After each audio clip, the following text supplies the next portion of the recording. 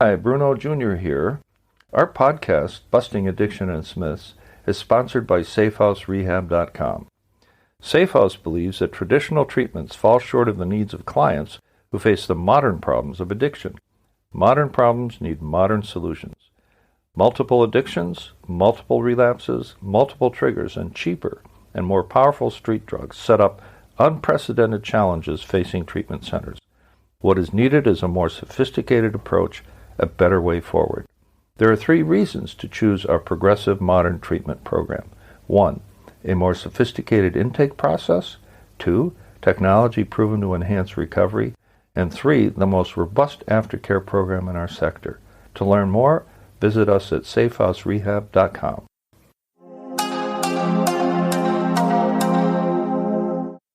Hi, Bruno J. here to ask you a question. What do you believe is one of the most dangerous addictions when it comes to the destruction of the family?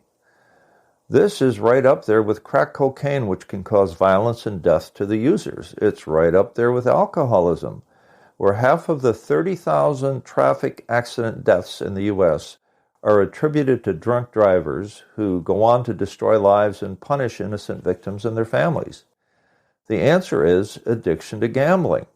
That's the main reason why treatment centers screen for potential gambling addiction, in addition to whatever substance abuse got their clients into treatment to begin with. The treatment counselors will approach the gambling topic more than once to see if the client is trying to hide the shame of the addiction. Here's an example from my own experience. I am very fortunate that I've never had a taste for gambling. My gratitude for not having this appetite on my addictions menu was amplified after I spent time listening to a fellow in one of my many AA meetings. Let's call him Steve the developer. He joined the AA fellowship for the usual reasons, and he began to share other aspects of his life that really astonished his audience. He owed the IRS several $100,000, went bankrupt 3 or 4 times, and had creditors chasing him down to where he changed phones and apartments to stay ahead of the process servers looking to pin him down for a court date. He had just finished a nice 6-home development where he had an agent do the marketing for him. One night at an all-night poker party, he put one of his beautiful new homes worth $400,000 on the table to cover a bet, and he lost. Alcohol fueled another big problem. Steve wouldn't gamble when he wasn't drinking, but when he did drink, his decision-making evaporated along with his money, his marriage, and his self-worth. Gamblers do not have to be drinkers, nor drinkers gamblers. But this podcast is about addiction and its myths. And gambling addiction is one of the most destructive, for a gambler can lose his home, his car, and his paycheck, and his family on one bad bet.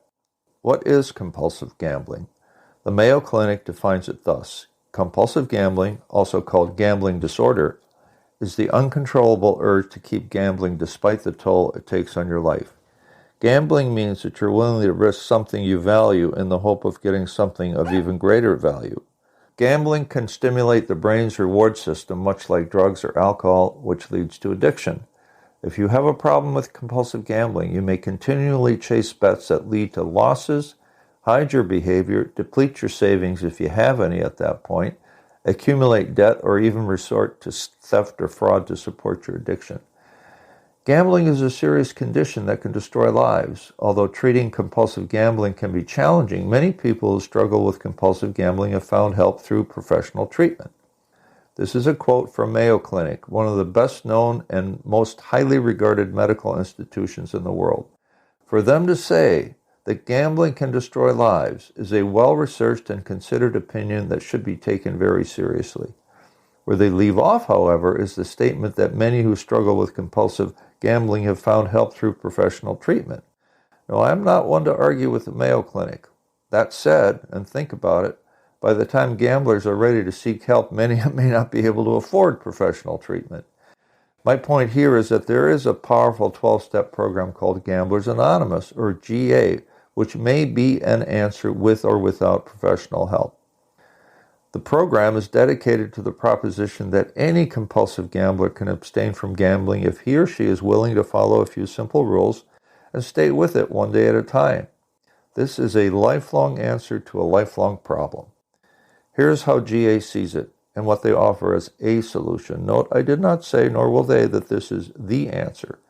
GA has been around for a generation and has had success among many thousands of sick gamblers.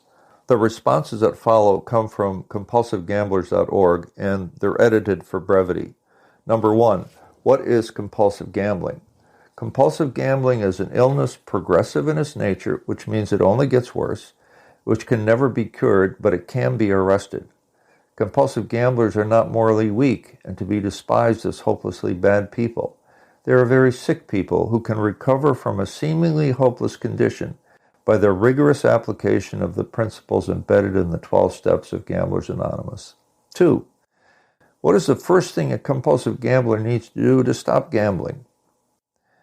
In the opinion of Gamblers Anonymous, the compulsive gambler needs to first accept the undeniable fact that he or she is in the grip of a progressive illness, and second, he or she must have a sincere desire to get well.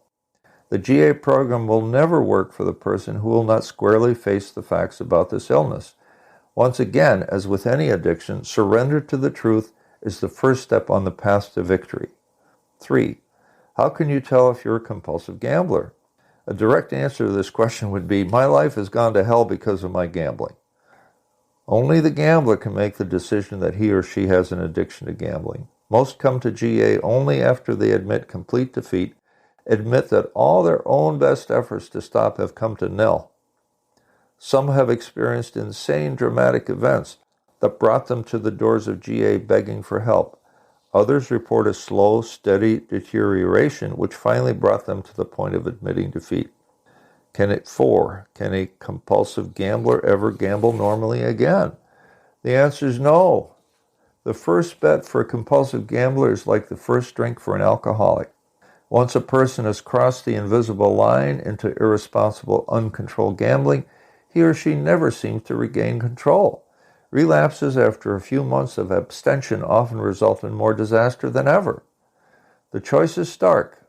Continue to destroy everything of value in one's life, or develop a better way of life with the help of people who will really care about you as a human being who deserves better.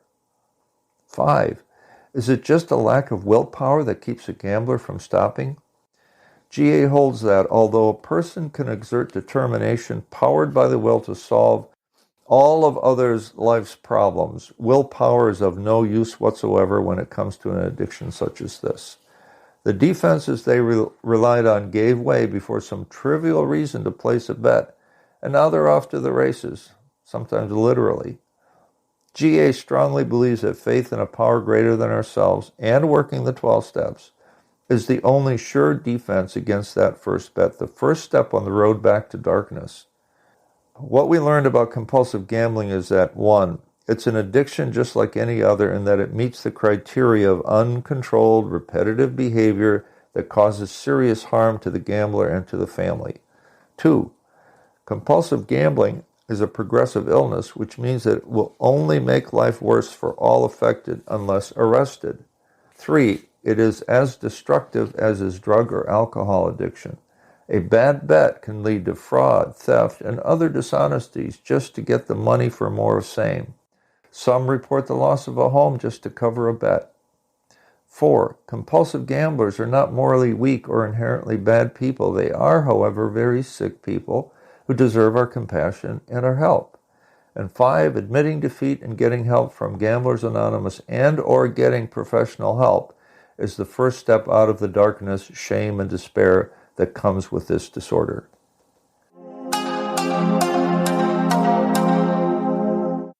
Our podcast is sponsored by SafeHouseRehab.com, a modern approach to recovery. To learn more, visit us at SafeHouseRehab.com.